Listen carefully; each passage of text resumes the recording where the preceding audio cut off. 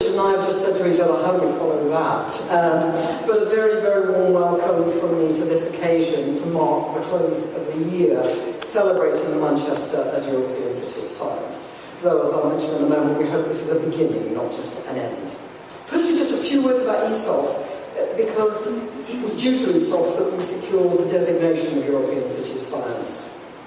For some of us, it's hard to believe that it's already 3 months since we hosted ESOF in Manchester. It was a fantastic event when we welcomed over 3,500 visitors to the conference and turned the international spotlight on our city. The scientific community, the business organisations, the young researchers who are just at the start of their careers, the innovators, the inventors, the engineers, the entrepreneurs, all took something important away from their time in Manchester and contributed enormously to ESOF. We were also delighted by the media presence and the reporting that came from the engagement with ESOF.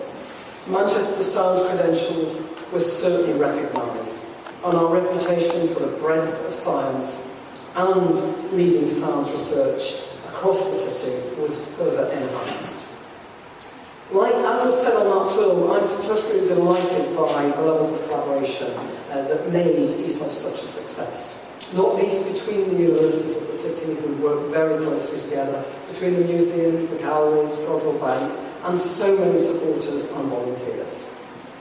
The legacy that flows from those many experiences will be significant, and I do want to just briefly thank the key people who delivered on ESOF, my co-sponsor, Georgie, and of course, Vicky Rosie, without whom nothing would have happened.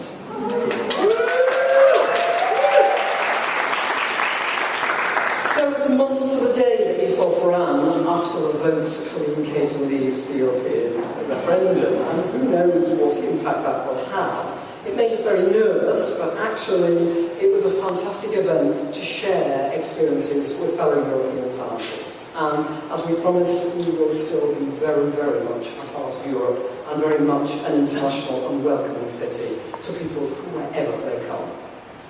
So you can imagine how pleased we were when the European Commissioner, Carlos Moedas, who spent quite a lot of time at the conference, tweeted to say this was the best conference he'd ever attended.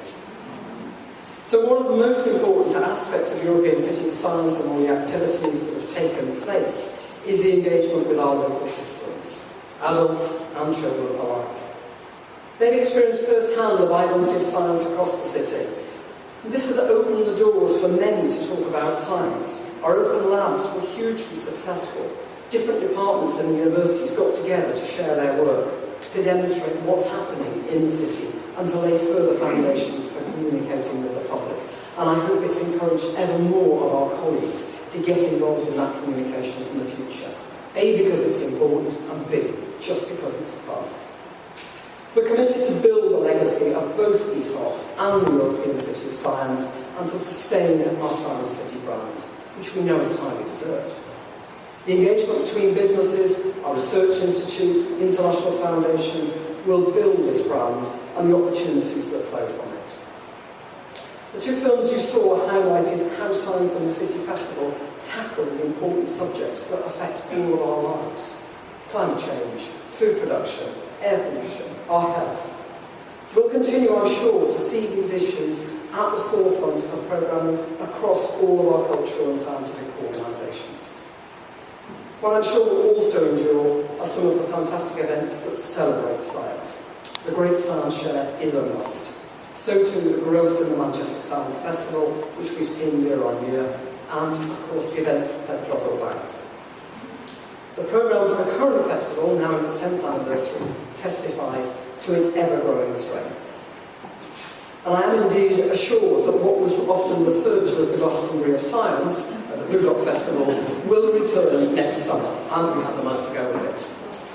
So these are just some of the things that came out of European City of Science, many of which will continue. And of course, none of this happens without a huge amount of hard work.